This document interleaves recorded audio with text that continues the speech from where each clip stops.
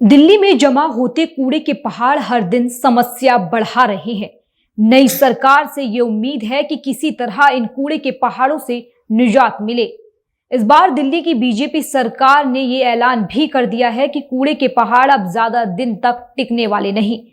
27 अगस्त को दिल्ली सचिवालय में मुख्यमंत्री रेखा गुप्ता की अध्यक्षता में समीक्षा बैठक हुई। निर्देश दिए गए कि तीनों कूड़े के पहाड़ दिसंबर 2026 तक पूरी तरह हटा दिए जाए। दिल्ली को कूड़े से आजादी अभियान की समय सीमा 2 अक्टूबर तक बढ़ाई गई। मुख्यमंत्री रेखा गुप्ता की अध्यक्षता में हुई इस बैठक में राजधानी की सफाई और सौंदर्यीकरण पर जोर दिया गया। सीएम ने साफ कहा कि दिल्ली को स्वच्छ बनाने के लिए हर संभव कदम उठाए जाएंगे।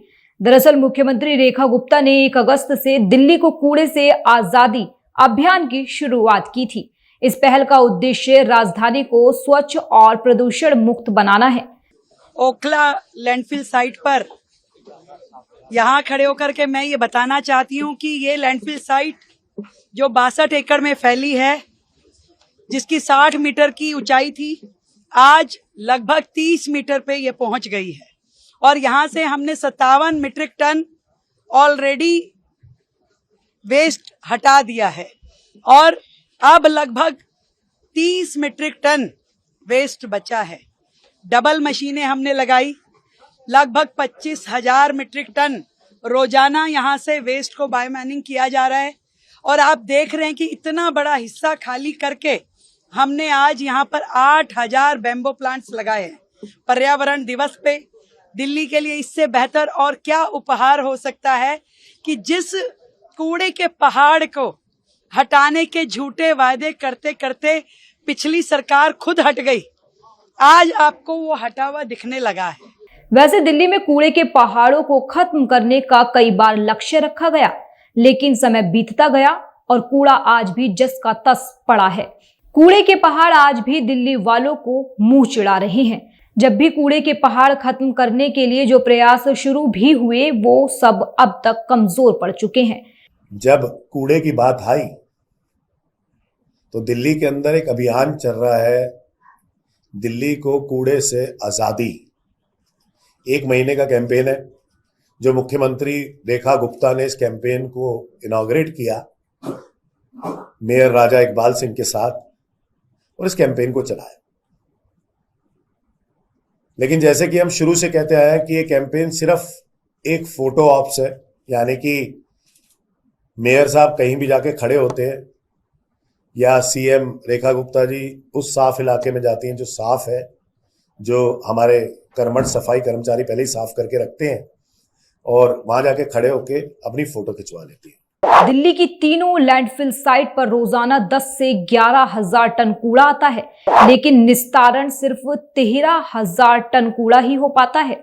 समस्या ये भी है कि कूड़ा निस्तारण के बाद जो मिट्टी है वे हट नहीं रही।